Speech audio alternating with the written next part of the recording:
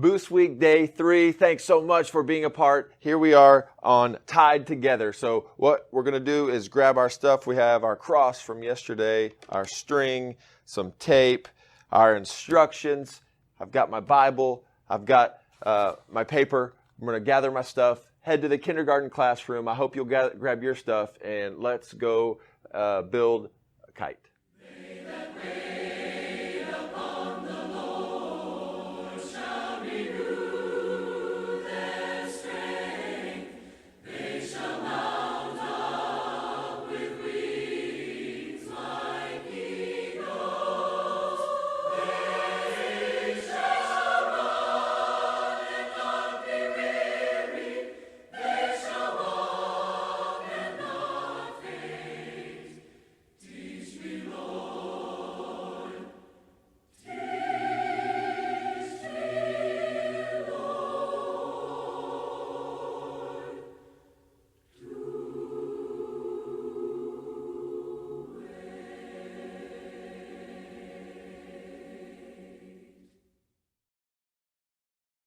Okay, here we are, finished product. I bet you didn't make your kite as fast as I made my kite, but here we are, and we're thinking about this kite. How do we go from cross to full kite? And I wanted to tell you real quick, in just a minute, I'm going to tell you a story about Lucky the dog. Lucky the dog. But I want to show you how we did this kite to clear up any confusion, maybe.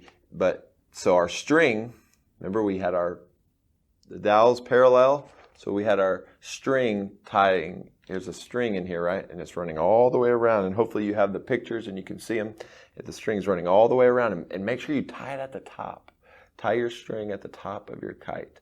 And when you run it all the way around through those slits that you have in your dowels, and tie it up here at the top. And leave the string. Don't cut it off. We're going to talk about that tomorrow.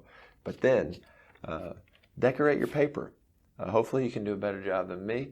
And make yours real pretty and nice. Decorate your paper. And then we lay our cross right on top of our paper. And we're going to cut it out about maybe an inch outside of our string. We're going to cut it outside an inch of our string. And then we're going to fold it over and we're going to tape it. We're going to tape this over the string, and so that now it attaches our sail of our kite to the cross. And we're going to have it's going to look great. Did you think? So we went from day one, just our sticks, and then we had the cross, and then boom, now we have a kite. But we're not ready to fly yet. Today's a big day, lots of stuff to do. So I hope that you enjoy putting this together. And now we have something that looks great. It looks ready to fly, but it's not quite ready. And I want to tell you about Lucky the dog. Maybe some of you have heard me tell this story, but Lucky was one of those dogs that was kind of a pest. His owners, he had this pest of a dog, and every time guests would come over and they'd wake up maybe the next day or after dinner or something, and they couldn't find their shoes.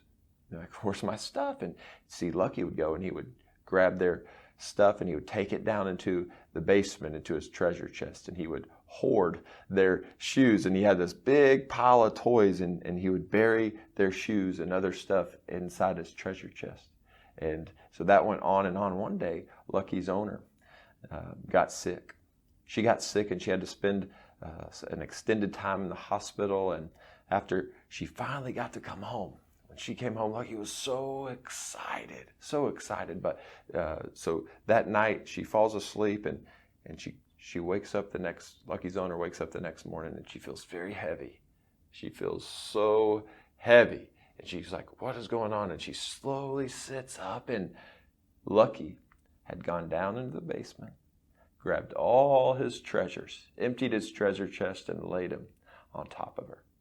I thought that was a pretty cool story, a special story, and it reminds me a lot of what happens when we tie ourselves to the cross, right?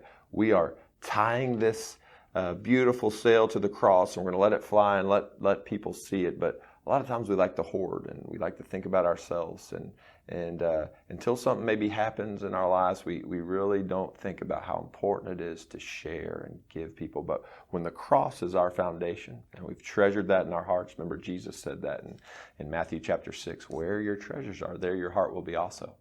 Don't put them in the basement, right?